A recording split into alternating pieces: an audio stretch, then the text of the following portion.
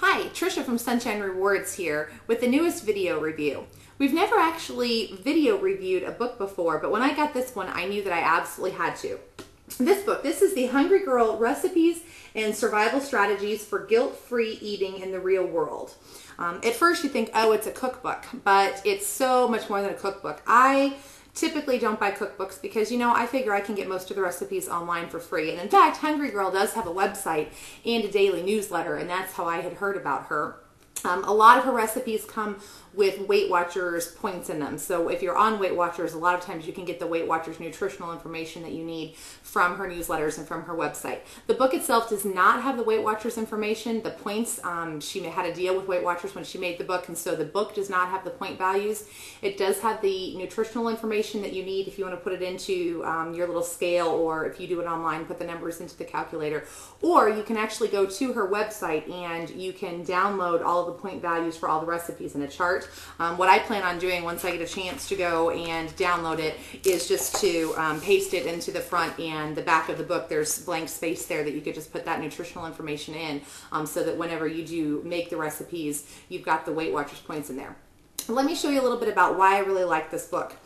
First of all, it's broken down into a number of different sections, but the book in general is just witty. It is written for real people. She is not a nutritionist. She has a little bit about her in the book and more about her on her website.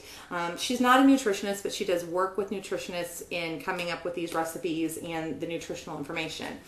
In the front, she's got her recommended products. And a lot of these are name brands. She mentions them on her website and her newsletter. I find that some of these I can get, some of them I can't get. Like the Thomas's 100-calorie original English muffins. I found that those are great on Weight Watchers. A lot of these items, things that I maybe had never wanted to try before or had never heard of, and after seeing them in her book, I've started buying them, and I've saved myself a lot of calories by using some of these things. The next section, all of this next, hundreds of pages, probably 200 pages here, there are recipes. But mixed in with the recipes, she also has just helpful information.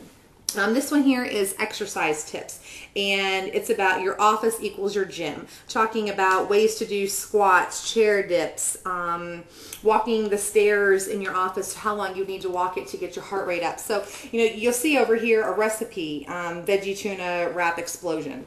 You see the recipes and the way that they're laid out with little tips at the bottom.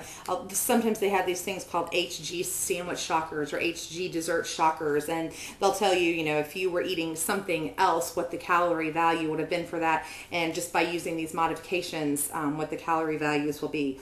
All of her recipes are in here, or most of them are modifications of some type. Sometimes it's a fast food restaurants or your favorite sit-down restaurant, maybe the recipes that we love, blizzards at Dairy Queen. She has her own take on the blizzard, and you can get her recipe, which tastes almost the same, and it's maybe a half or a third of the Weight Watchers points or the calorie value. This is my favorite section, the desserts, because I'm just a dessert person.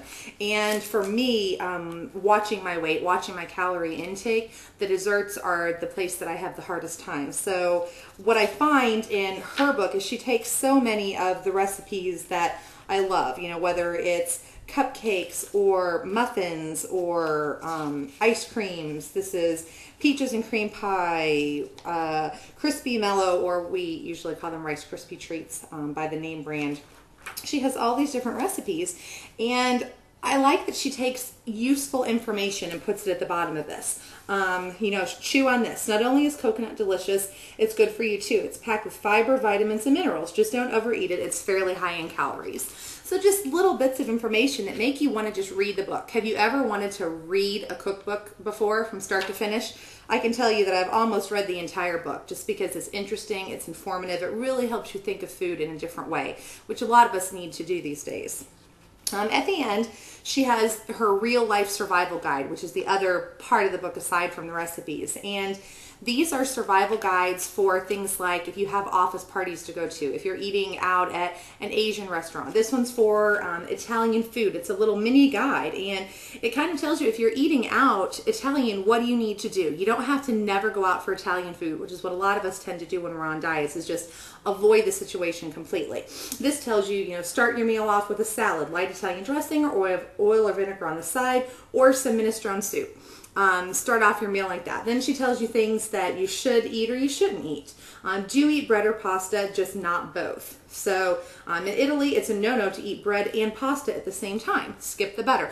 Things that maybe should be no-brainers to some of us, you know, you shouldn't be eating so much bread, so much pasta, because that's going to be a lot of carbohydrates in one meal.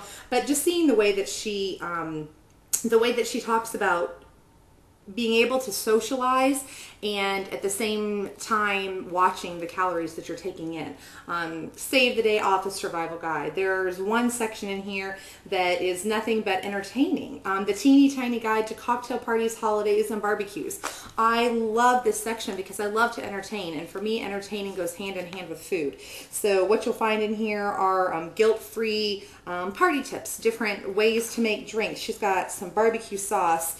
You'd be really surprised to know that the average barbecue meal contains 3,500 calories, which is 1,000 calories more than the average person should eat in a day. That's pretty astonishing. You have to start thinking about, wow, where are those calories coming from when I go to a barbecue? Is it because I'm eating pasta salads and coleslaws plus dessert, putting butter on my corn on the cob, mayonnaise on my hamburger, cheese on a double cheeseburger? Where are all those calories coming from, and what could I do to just shave them off a little bit at a time? Hungry Girl, Recipes and Survival Strategies for Guilt-Free Eating in the Real World. You can find this pretty much at any bookstore that we have on Sunshine Rewards, Amazon.com. Make sure that you do look on Sunshine Rewards for different coupons or free shipping options that we might have for some of the bookstores.